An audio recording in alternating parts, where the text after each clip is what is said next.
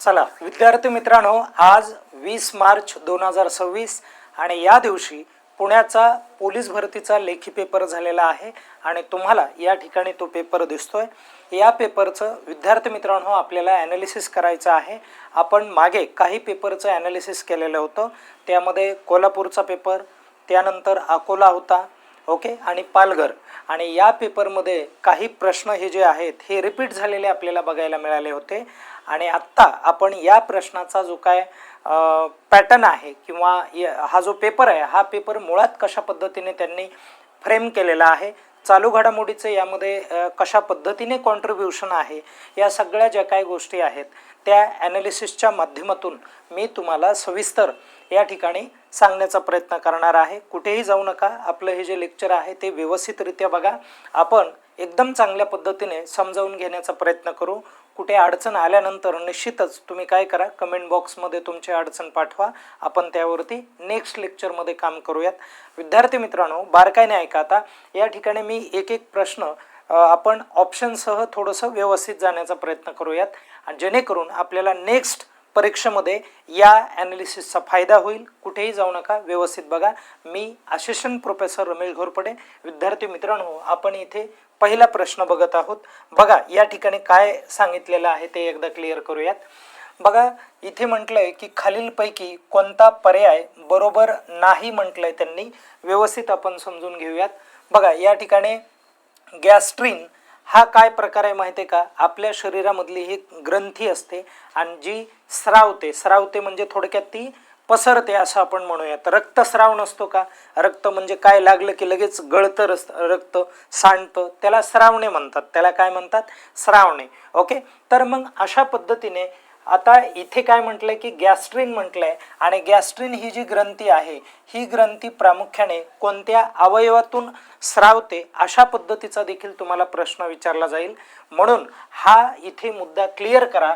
आणि ती जी ग्रंथी आहे ती जठरामधून काय करते, स्रावते, हे लक्षात राहू द्या। त्यानंतर थोडंसं पुढे जाऊयात। बघा तर इथे काय म्हटलंय, ड्यूक्रिटिन नावाचा हा एक घटक आहे, ड्यूक्रिटिन, आणि हा आद्यांत्र यामधून काय करतो तो, हा जो ही जी ग्रंथी आहे ही ग्रंथी स्रावते इथे, म्हणून हे लक्षात ठेवायचं आहे। ग्रंथी दिल्यात आणि त्याचा स्रावण्याचा जो काय अवयव आहे त्या तो प्रकार इथे दिलेला आपल्याला बघायला मिळतोय। आता इथे बघा स्टॅनिन अशा पद्धतीने आहे, बघा सोमेटोस्टॅनिन अशा पद्धतीने आहे, ही एका ग्रंथीचं नाव आहे आणि ही जी ग्रंथी आहे ही ग्रंथी प्रामुख्याने स्वादुपिंड जे असतं या स्वादुपिंडामधून ती स्रावते, म्हणून हे देखील तुम्हाला लक्षात ठेवायचं आहे। व्यवस्थित क्लिअर करा, पेपर आजचाच आहे, ओके, आणि आपण तात्काळ त्याचं अपडेट तुम्हाला देण्याचा प्रयत्न करत आहोत। इथे यकृत आहे बघा, आणि यकृतामधून कोणती ग्रंथी स्रावते म्हटलंय, आता हे तिन्ही बरोबर आहेत बरं का, हे लक्षात राहू द्या। आणि आपलं उत्तर कोणतं असलं पाहिजे, जे चुकीचं असणार आहे ते आपलं उत्तर असलं पाहिजे, मग हेच उत्तर आहे, पण याच्या संदर्भात बोलतो मी तुम्हाला। बघा इथे काय म्हटलंय की एंटेरोक्रेनिन असं म्हटलं आहे आणि एंटेरोक्रेनिन ही जी ग्रंथी आहे ही ग्रंथी यकृतामधून स्रावत नाहीये, तर यकृतामधून काय स्रावते, तर यकृतामधून प्रामुख्याने बघा जे पित्तरस असतं बघा, किंवा पित्ताशय आपण म्हणूयात किंवा पित्तरसच म्हणूयात, इथे पित्तारस हा शब्द योग्य ठरतो। तर हे जे पित्तरस आहे हे प्रामुख्याने त्या अवयवातून यकृतामधून स्रावलं जात असतं, हे लक्षात ठेवा। आणि हे पित्तरस जे असतं हे आपल्या बॉडीसाठी अन्न पचनासाठी महत्त्वाचं असतं, म्हणून या प्रश्नाचं एवढं विश्लेषण आहे। आता ह्या गोष्टी गरजेच्या असतात, ओके, जरीही तुम्हाला वेळ होत असेल तर हे आवर्जून बघा, कारण हे महत्त्वाचं आहे। ओके, आता आपण पुढे जाऊयात। बघा खालीलपैकी कोणता अवयव व कर्करोगाचे नाव बरोबर नाही असं म्हटलं आहे, म्हणजे काय केलेलं आहे माहिती आहे का, इथे जोड्या दिलेल्या आहेत, सुरुवातीचा जो काय शब्द आहे ते अवयवाचं नाव आहे, मग इथं ही त्वचा दिलेली, कास्ती दिलेली, कास्ती म्हणजे ज्याला कार्टिलेज म्हणतात इंग्लिशमध्ये, यकृत आहे, हाडं आहेत, हे अवयव आहेत, आणि अवयवांचे पलीकडे काय दिलेले आहेत नंतर, तर कर्करोगाचं नाव दिलेलं आहे। तर बघा हा जो कर्करोग असतो एक तर पेशींची कमी जास्त वाढ असते, यालाच आपण कर्करोग म्हणतोय. तर मग हे कर्करोगांचे नावं आहेत. आता व्यवस्थित क्लिअर करा. अगोदर एक समजून घ्या. बघा, आपली ही जी त्वचा असते, बघा माझी त्वचा पाहताय, तर माझी त्वचा जी, या त्वचेमध्ये जे सेल आहेत बघा, त्याला मेलेलिन म्हटलं जातं. काय म्हटलं जातं त्याला? त्याच्यामध्ये जो घटक आहे, सेलला नाही या त्वचेमध्ये जो घटक असतो त्याला मेलेलिन म्हणतात. आणि मेलेलिनचं काम असतं त्वचेला रंग आणून द्यायचं काम असतं. बघा, हे लक्षात राहू द्या. ओके, रंग आणून द्यायचं काम असतं. आणि जेव्हा आपल्या त्वचेचा रंग बदलतो, जेव्हा आपली स्किन खराब होते, तेव्हा तो एक कर्करोगाचा प्रकार असतो किंवा त्वचेचा कर्करोग म्हटलं जातं. मग त्या कर्करोगाचं नाव आहे बघा, रंग आणून देण्याचं काम करतं. लक्षात राहू द्या. आणि भारतीय लोकांमध्ये मेलेलिनचं प्रमाण हे अधिक आहे, म्हणून हे लोक काळे दिसतात, काळे सावळे दिसतात, थोडेफार गोरे दिसतात. ओके, आता लगेच कमेंट करू नका माझ्यावरती, लक्ष द्या. बघा इथे काय म्हटलंय की त्वचेचा मेलानोमा म्हटलं आहे. बघा, हा मेलानोमा काय आहे? तर हा कर्करोगाचा प्रकार आहे. हा कशाचा प्रकार आहे? कर्करोगाचा प्रकार आहे. हे लक्षात राहू द्या. बघा, म्हणून ही जोडी बरोबर आहे. आणि आपल्याला कोणती जोडी बरोबर नाही म्हणजे चुकीची जोडी ओळखायची. त्यानंतर हा यकृत आहे. बघा, आणि मध्ये किंवा यकृताचा कोणता कर्करोग असतो त्याचं काय नाव आहे? तर हिपॅटोमा नाव आहे त्याचं. काय नाव आहे? हिपॅटोमा अशा पद्धतीचं नाव आहे. आणि परत पुढे व्यवस्थित समजून घ्या. बघा, कार्टिलेज जे असतं बघा, आणि कार्टिलेज मध्ये ना आपल्या बॉडीमध्ये असतं ते कार्टिलेजमध्ये गाठी होत असतात बघा. आणि ती गाठ कशाची असते? तर ती जी गाठ आहे ती गाठ कोंड्रामा, बघा कोंड्रोमा अशा पद्धतीचं नाव असतं त्या गाठीचं. ओके, तर हे लक्षात राहू द्या. बघा, आता त्यानंतर परत पुढे बघा, इथे काय म्हटलंय? हाडाचा कर्करोग कोणता असतो? तर हाडाचा कर्करोग इथे त्यांनी काय दिलेलं आहे? तर लायपोमा अशा पद्धतीचं नाव दिलं आहे. बघा, आणि लायपोमा जे असतं ना मित्रांनो, व्यवस्थित लक्षात घ्या, लायपोमा हा कुठलाही आजार नाहीये, किंवा लक्षात ठेवा तो कर्करोगाचा प्रकार नाहीये, नाव नाहीये कर्करोगाचं. तर हाडाचा जो काय कर्करोग असतो ना, कॅन्सर ऑफ बोन, त्याला आपण काय म्हणतो? तर बघा व्यवस्थित मी इथे लिहून देतो, त्याला आपण ओस्टिओ, बघा ओस्टिओ सारकोमा असं त्याला म्हटलं जातं. काय म्हटलं जातं त्याला? ओस्टिमा सारकोमा हा हाडाचा कॅन्सर आहे. बघा, ज्याला आपण कॅन्सर, बघा कॅन्सर ऑफ बोन असं आपण त्याला म्हणूयात. लक्षात ठेवा, हे परीक्षेमध्ये एका तरी पेपरला येऊ शकतं, म्हणून लक्षात राहू द्या. हाडाचा जो कर्करोग असतो त्याला बघा ओस्टिओ म्हणजे काय? हाडं. मग ओस्टिओ सारकोमा अशा पद्धतीचं त्याचं काय आहे? नाव आहे. लक्षात राहू द्या. थोडंसं तुम्हाला अवघड पण नाव वाटू शकतं. त्यानंतर बघा, लायपोमा अशा पद्धतीचं नाव दिलेलं आहे. आणि लायपोमा म्हणजे काय माहिती आहे का? थोडक्यात त्याला लिपोमा अशा पद्धतीचं पण नाव म्हटलं जातं किंवा असाही उच्चार केला जातो. आणि आपल्या शरीरावरती काही जणांच्या गाठी असतात. बघा, ही माझ्याकडे एक गाठ आहे, दिसते का तुम्हाला? तर काय घाबरायची गरज नाही ना, या गाठीचं ऑपरेशन पण अशा गाठींचं करायची गरज नाही. लिपोमा असते म्हणजे कसं माहितीये का? ही स्किन आहे ना, या स्किन मध्ये जर एक छिद्र असतात बघा मध्ये, म्हणजे घाम बाहेर पडायला, आणि ते जर एखाद्या वेळेमध्ये जर छिद्र जर बंद झालं, त्याच्यावरती जर मसल्स आले, तर ते मसल्स इथे ज्या टिश्यू असतात या जमा होतात, मसल जमा होतो तिथं, म्हणजे त्याला आपण चरबीच्या गाठी म्हणतो बघा. म्हणून बाकी काय नाही आहे, काय टेन्शन घ्यायची आवश्यकता नाही, आणि त्यांनी कुठलंही दुखत नाही, काय नाही. ओके, हे पण तुम्हाला मी व्यवस्थित समजावून सांगतो. हे झालं आपल्या 2 प्रश्नाचं विश्लेषण. आपण पुढे जाऊयात. बघा काय म्हटलंय, भारताची पहिली बुलेट ट्रेन जी 508 किलोमीटर एवढ्या लांबीची ही बुलेट ट्रेन आहे, 508 किलोमीटर.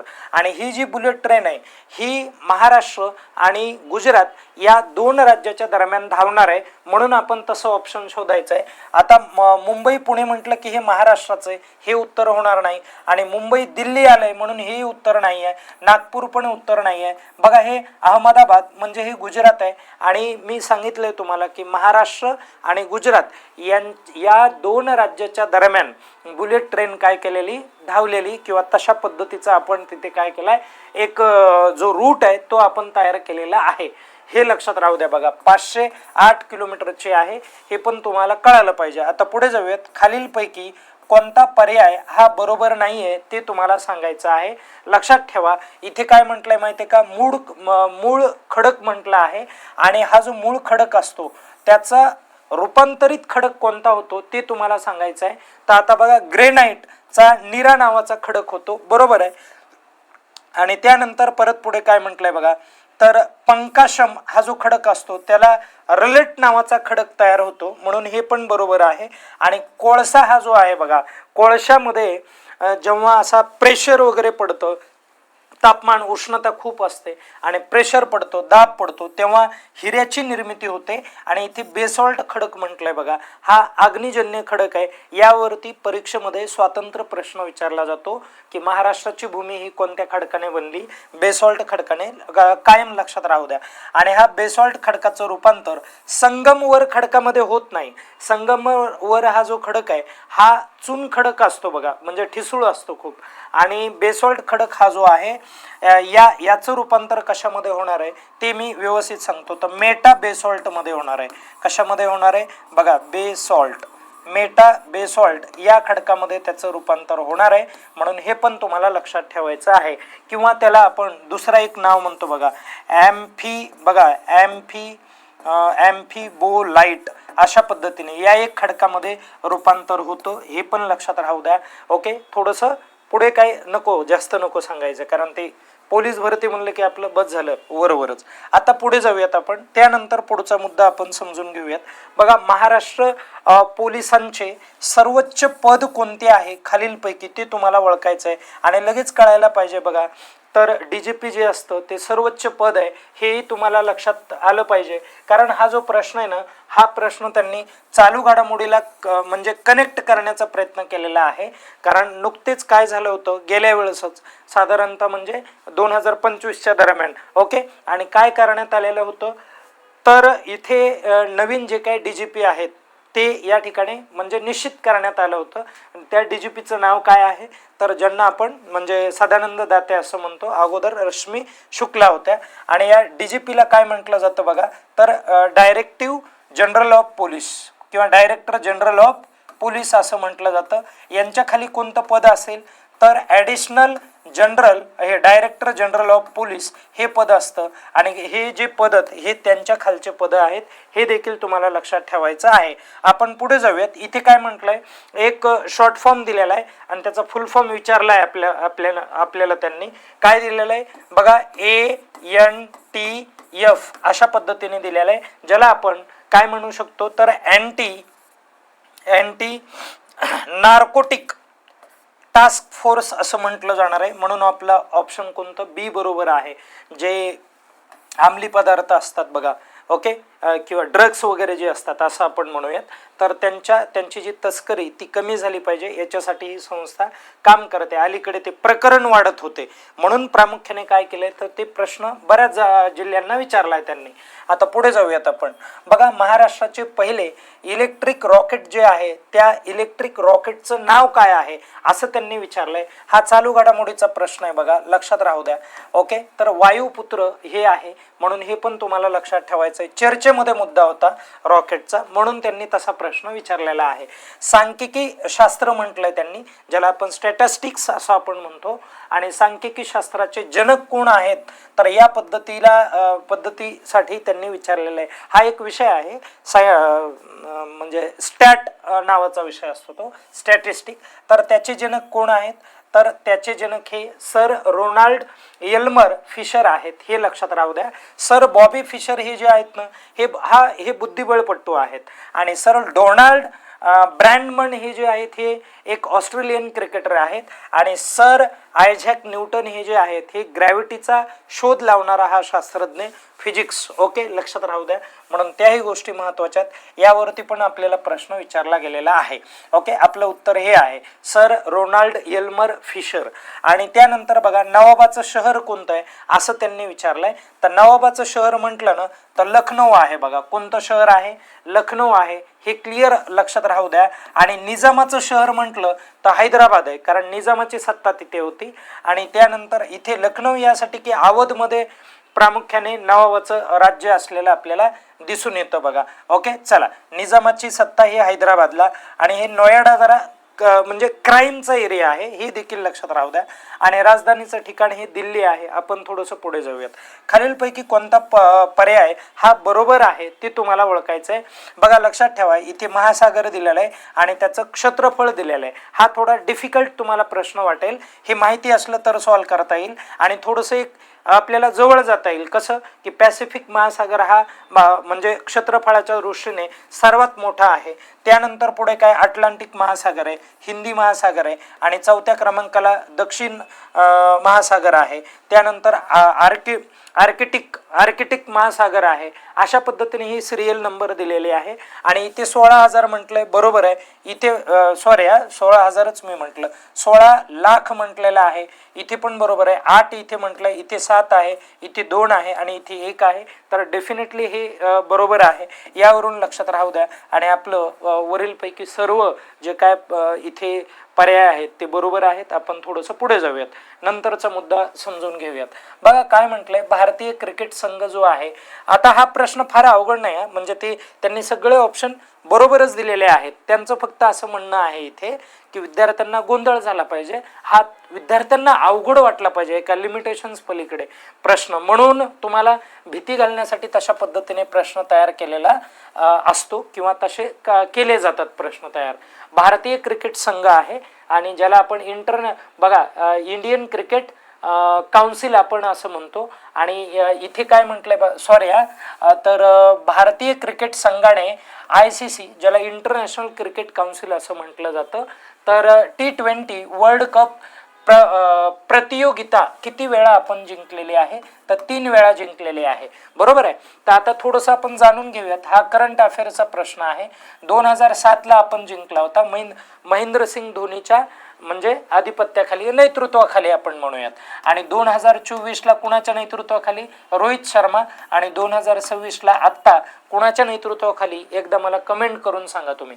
ठीक आहे. तर हा जो प्रश्न आहे हा चालू घडामोडीचा प्रश्न आहे. इथे तुम्हाला नंतर नेक्स्ट जिल्ह्यांना काय विचारलं जाणार आहे माहिती आहे का, हे लक्षात राहू द्या की या T20 विश्वकपाचे जे काय म्हणजे वर्ल्ड कप जो आहे T20चा, तर त्याचं यजमानपद कुणाकडे होतं, हा एक प्रश्न. दुसरा प्रश्न विचारला जाईल, त्याचे ब्रँड अँबॅसेडर कोण आहेत. त्यानंतर विजयी संघ कोणता आहे, उपविजेता कोणता आहे, त्यांचे कर्णधार कोणते आहेत, मॅच ऑफ द प्लेयर कोण आहे, हे सगळं चांगलं करून ठेवा. ओके, क्लिअर आहे. आपण जाऊयात पुढे. बघा काय म्हटलंय, भारतातील पहिले नोबेल पुरस्कार विजेत्याचे नाव काय आहे असं त्यांनी विचारलंय. आता बारकाईने समजून घ्या. तर नोबेल पुरस्कार म्हटलं ना तर रवींद्रनाथ टागोर आहेत. आणि रवींद्रनाथ टागोर यांना हा जो नोबेल आहे, हा नोबेल पुरस्कार कोणत्या विषयामध्ये मिळाला होता, क्षेत्रामध्ये मिळाला होता, विषय म्हणण्यापेक्षा, तर साहित्यामध्ये मिळाला होता. कशामध्ये मिळाला होता, साहित्यामध्ये मिळाला होता. कधी मिळाला होता, 1913ला मिळाला होता. हे देखील लक्षात राहू द्या. परंतु काय झालं होतं, तर पंजाबमध्ये अमृतसर नावाचं ठिकाण आहे आणि तिथे जालियनवाला बाग आहे. तर तिथे तुम्हाला माहिती आहे की तिथे गोळीबार झाला होता. जालियनवाला बाग हत्याकांड आपण त्याला म्हणतो. आणि त्या हत्याकांडाचा निषेध करण्यासाठी 1919ला ही जी पदवी आहे, ही पदवी त्यांनी म्हणजे परत केली होती किंवा या पदवीचा त्यांनी त्याग केला होता. ओके, असं त्यांनी म्हटलेलं होतं त्या काळी. ओके, म्हणून इथे पण तुम्हाला प्रश्न विचारला जातो, म्हणून मी सांगत आहे. आता पुढे जाऊयात आपण.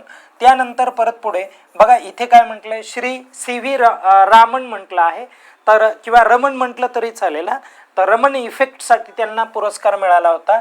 कधी मिळाला होता, 1930मध्ये त्यांना नोबेल मिळाला होता. कधी मिळाला होता बघा, 1930ला त्यांना नोबेल दिला. आणि कोणत्या विषयामध्ये, तर फिजिक्समध्ये त्यांना काय मिळाला होता, नोबेल मिळाला होता. आणि कोणत्या संशोधनासाठी, तर रमन इफेक्ट या संशोधनासाठी त्यांना काय केला होता, तर नोबेल पुरस्कार दिला होता. हे देखील तुम्हाला लक्षात ठेवायचं आहे. चला आता शेवटी काय म्हणाले, हरगोविंद खुराना हे जे आहेत यांना वैद्यक शास्त्रामध्ये काय दिला होता, नोबेल पुरस्कार दिला होता. आणि हा कधी दिला होता, तर 1967ला दिलेला होता. तर विद्यार्थी मित्रांनो, नेमकं कशामध्ये दिला होता त्यांना, तर मेडिसिनमध्ये दिला होता. हे लक्षात राहू द्या. बघा, मेडिसिन यामध्ये दिलेला होता.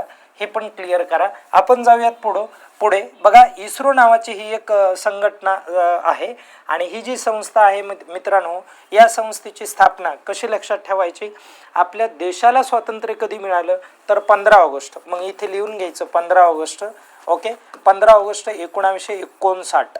15 ऑगस्ट 1959. क्लिअर आहे असं. तर हे इस्रोची स्थापना दिनांक आहे त्यांचा तो. आणि सध्या अध्यक्ष कोण आहेत तर व्ही नारायण आहेत. नारायण हे काय आहेत, त्याचे अध्यक्ष आहेत.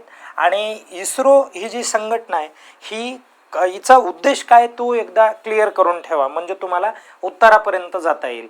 तर अवकाश तंत्रज्ञान मध्ये प्रगती करायची आणि या प्रगतीच्या जोरावरती आपल्याला मानवामध्ये काय करायचं आहे की म्हणजे मानवाच्या भविष्यकालीन हितासाठी आपल्याला काम करायचं आहे. तर अवकाश म्हणून हे लक्षात राहू द्या. तर आता इंडियन हा पहिला शब्द डेफिनेटली असणार. इथे पण इंडियन आहे, इथे पण इंडियन आहे, इथे पण इंडियन आहे. ओके, क्लिअर आहे. पण मी काय येस वरून काय लक्षात ठेवायचं, अवकाशला काय म्हटलं जातं, स्पेस म्हटलं जातं. आणि इथे स्पोर्ट म्हटलंय म्हणून हे ऑप्शन कटलं, सायंटिफिक म्हटलंय म्हणून ऑप्शन कटलंय, आणि इथे सॅटेलाइट म्हटलंय म्हणून ऑप्शन कटलंय. ऑप्शन बघा तर बी इज करेक्ट. आणि हे जनरली प्रत्येकाला माहिती असतं. आता तुम्ही म्हणाला असं का सांगितलं, तर हे ज्यांना माहिती नाही बाबा, जे खूप गरीब जनता आहे अशा लोकांसाठी आपण ते समजावून देण्याचा प्रयत्न केला आहे. ओके, ज्यांना काहीच येत नाही म्हणजे माझा बोलण्याचा उद्देश काय आहे, तुम्हाला येतं सर्व, पण काही विद्यार्थी असे असतात बिलकुल अभ्यासच करत नाही. आता अशा विद्यार्थ्यांसाठी काहीतरी ट्रिक किंवा लक्षात राहत नाही, कंटाळा आहे असं काहीतरी. चला, सध्या खालील देशांमध्ये युद्ध चालू आहे तर ते कोणते देश आहेत ते सांगायचंय तुम्हाला. लक्षात ठेवा, अमेरिका आणि इराण यांच्यामध्ये युद्ध चालू आहे का, तर डेफिनेटली चालू आहे. बरोबर आहे. इस्रायल आणि इराण यांच्यामध्ये युद्ध चालू आहे का, 101% चालू आहे.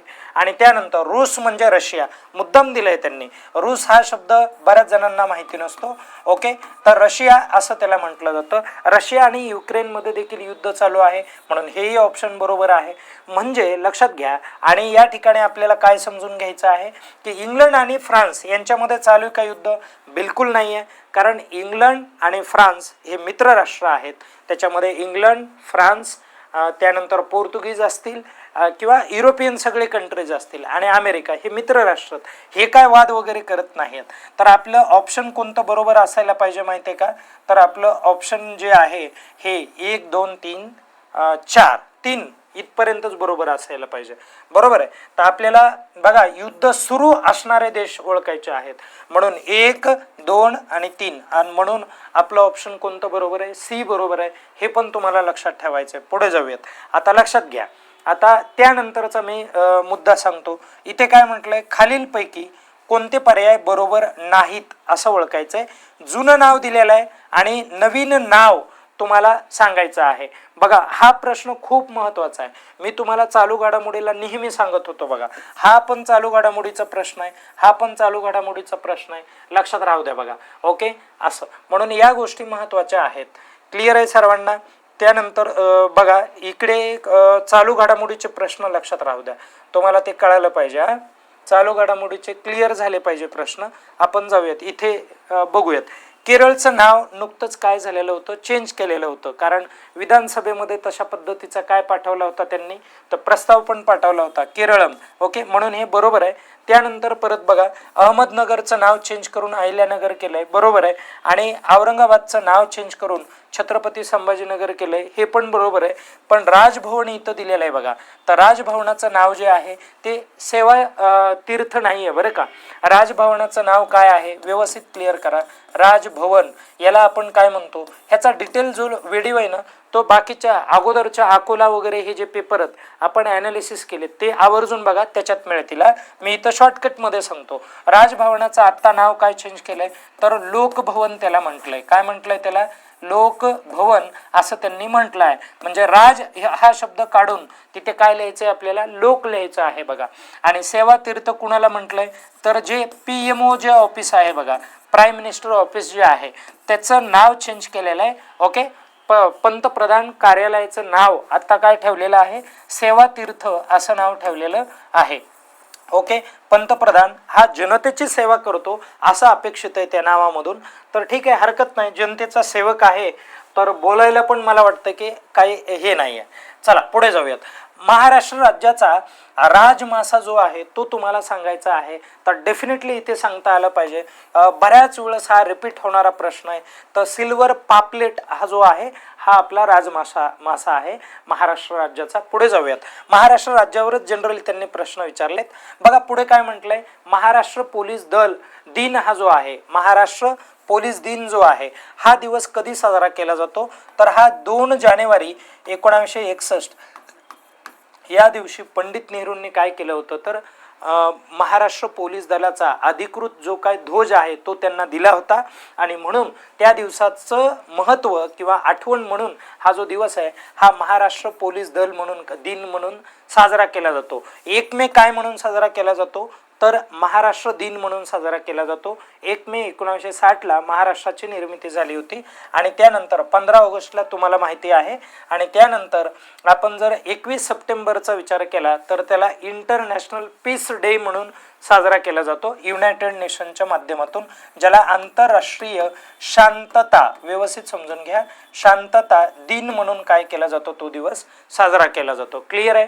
चला पुढे जाऊयात. आता त्यानंतर पुढे जाऊयात. बघा विमानातील जो ब्लॅक बॉक्स असतो, बघा हा जो प्रश्न आहे हा प्रश्न चालू घडामोडीला त्यांनी कनेक्ट केलेला आहे. आणि का चालू, हा पण दिनविशेषाचा प्रश्न आहे म्हणजे हा चालू घडामोडीचा प्रश्न असतो, लक्षात राहू द्या. आता ब्लॅक बॉक्स हा प्रश्न यावरती बऱ्याच वेळेस विचारलाय त्यांनी, कोल्हापूरला पण विचारलंय. आणि का विचारलं, तर त्याचं एकमेव कारण आहे की अलीकडे विमानाचे अपघात हे मोठ्या प्रमाणावर झालेत आणि महाराष्ट्रातले सर्वोच्च नेते ज्यांचं नाव अजितदादा पवार यांचं विमान अपघातामध्ये काय झालं होतं, निधन झालं होतं.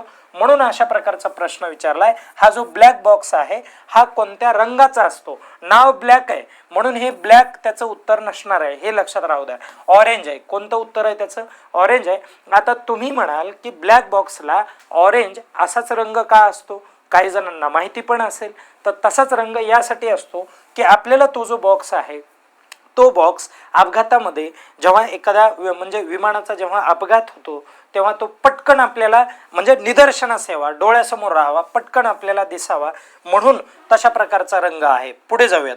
नवीन फौजदारी कायदे जे आहेत हे केव्हापासून लागू करण्यात आले, तर याच्याविषयी मी डिटेल बोललोय, आज काय मी फार बोलणार नाही. तुम्हाला अगोदरचे आपले ॲनालिसिसचे लेक्चर बघावे लागतील, त्याच्यात तुम्हाला बघायला मिळेल. आणि काय आहे, 1 जुलै 2024 ही तारीख आहे मित्रांनो, लक्षात राहू द्या. तसं मी तुम्हाला ओझरतं सांगतो फक्त. काय झालं होतं माहिती आहे का, लक्षात ठेवा.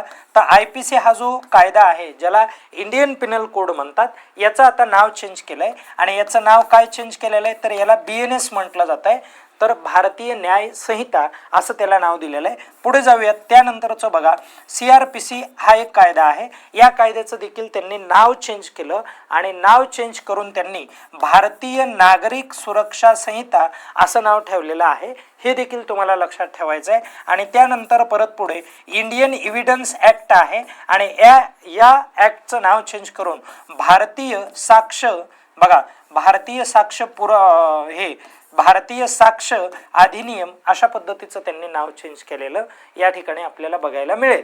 असे नावं चेंज केले, ते लक्षात राहू द्या कायम, ते देखील आपल्याला परीक्षेला विचारलं जाणार आहे. आणि यांच्या संदर्भात काय विचारलं जातं, हा जो IPC आहे हा 1860चा कायदा आहे आणि CRPC कधीचा कायदा आहे, 1973चा कायदा आहे. आणि इंडियन एव्हिडन्स ॲक्ट कधीचा आहे, तर 1872चा आहे. 2 18व्या शतकातले आणि 1 19व्या, ते पण लक्षात राहू द्या. पुढे जाऊयात आपण. बघा इथे नीती आयोग दिसत आहे तुम्हाला, आणि नीती आयोगाने कुणाची जागा घेतली असा पण प्रश्न विचारला होता. तर विद्यार्थी मित्रांनो, 2014च्या पूर्वी या ठिकाणी आपल्या भारतात नियोजन मंडळ होतं आणि हे नियोजन मंडळ भारतामध्ये 5 वर्षाचं नियोजन करायचं. रशियाला आपण फॉलो केलं होतं, तर त्या नियोजन मंडळाच्या ऐवजी मोदी सरकारने इथे काय आणलेलं आहे, नीती आयोग आणलेला आहे. आणि नीती आयोगाचे पदसिद्ध अध्यक्ष कोण असणार, तर पंतप्रधान असणार, हे त्यांनी स्वतः डिफाईन केलं, हे देखील तुम्हाला लक्षात ठेवायचं आहे. कळालं. चला आता राहिलेले प्रश्न घेऊयात. काय म्हटलंय, छत्रपती शिवाजी महाराज यांच्यावर ग्रंथ लिहिणारा पहिला युरोपियन लेखक कोणता आहे, हे तुम्हाला सांगायचं आहे. तर विद्यार्थी मित्रांनो, सुरुवातीला पोर्तुगीज आले होते भारतामध्ये, तर डेफिनेटली तेच आहेत. त्यांनीच महाराजांवरती काय केलं होतं तर सुरुवातीला लिखाण केलं होतं, हे पण तुम्हाला लक्षात ठेवायचं आहे. ओके. आणि त्यांनीच भारतामध्ये छपाई यंत्र आणलं होतं सुरुवातीला. तसं छपाई यंत्राची जी काय सुरुवात आहे ती जोहान्स गुटेनबर्ग यांनी केली होती, छपाई यंत्राचे जनक. त्यावरती आपल्या पोलीस भरतीला प्रश्न होता, म्हणून तेही लक्षात राहू द्या. पोलीस स्मृती दिन हा जो आहे, हा पोलीस स्मृती दिन केव्हा पाळला जातो किंवा केव्हा साजरा केला जातो, स्मृती दिन. ओके. तर हे पण तुम्हाला लक्षात ठेवायचं आहे. तर त्याचं करेक्ट उत्तर काय आहे, 21 ऑक्टोबर आहे. दिनविशेषाचा प्रश्न आहे, म्हणजे चालू घडामोडीमध्येच येणारा तो चॅप्टर आहे, हे पण तुम्हाला लक्षात ठेवायचं आहे. पुढे जाऊयात. खालीलपैकी कोणती नदी ही गोदावरीच्या खोऱ्याचा भाग नाही किंवा गोदावरीच्या खोऱ्यामध्ये येत नाही, लक्षात राहू द्या. मुळा या नदीचा विचार केला तर डेफिनेटली येते. ओके. पुण्याच्याच एरियामध्ये.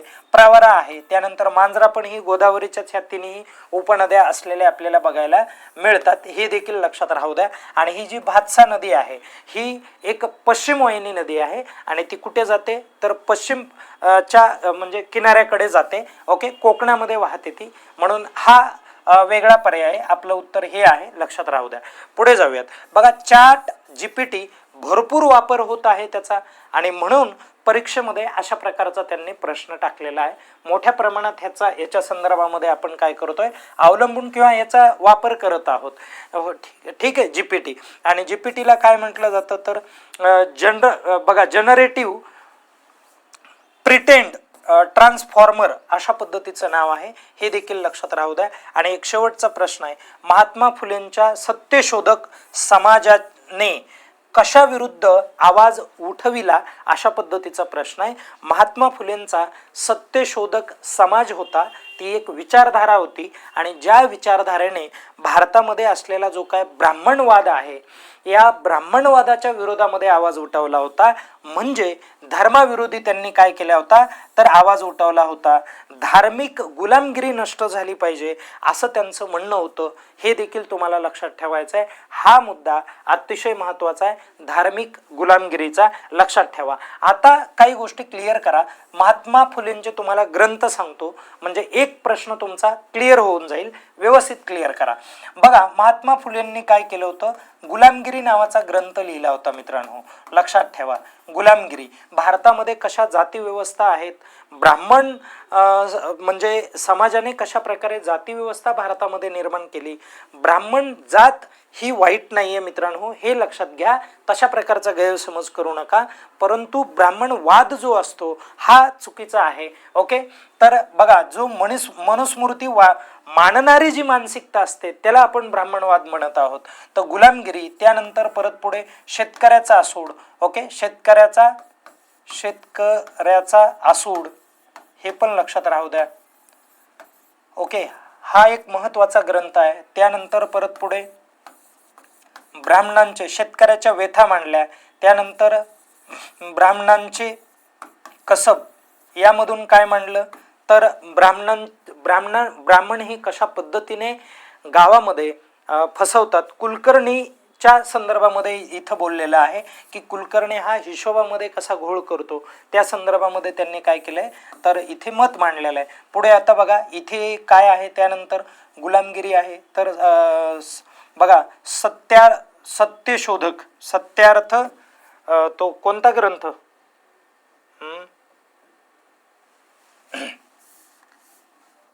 सत्यधर्म या पद्धतीचा. आणि त्यानंतर परत पुढे तर तृतीय रत्न, हे पण लक्षात राहू द्या, तृतीय रत्न. ओके. हां, तृतीय रत्न हे नाटक आहे बरं का, लक्षात राहू द्या, नाटक आहे. त्यानंतर परत पुढे काय लक्षात, सत्सार नावाचा एक ग्रंथ आहे बघा, सत्सार, हा पण लक्षात राहू द्या. हे ॲटलिस्ट महत्त्वाचे ग्रंथ आहेत. एवढं जरी तुम्ही लक्षात ठेवलं तरी ठीक आहे. तर हा सत्यशोधक समाजाचं ते काय आहे तर या ठिकाणी एक महत्त्वाचा ग्रंथ समजला जात होता, हे देखील तुम्हाला लक्षात ठेवायचं आहे. इथे आपण थांबूयात. विद्यार्थी मित्रांनो, आजचं विश्लेषण नक्कीच तुम्हाला आवडलं असेल आणि आवडला असेल तर कृपया आपल्या चॅनलला तुम्ही सबस्क्राईब करा, लाईक करा, बेल आयकन क्लिक करा, जेणेकरून येणारे जे काय लेक्चर्स आहेत ते पटकन तुमच्यापर्यंत येऊन पोहोचतील. धन्यवाद. या ठिकाणी आपण थांबूयात.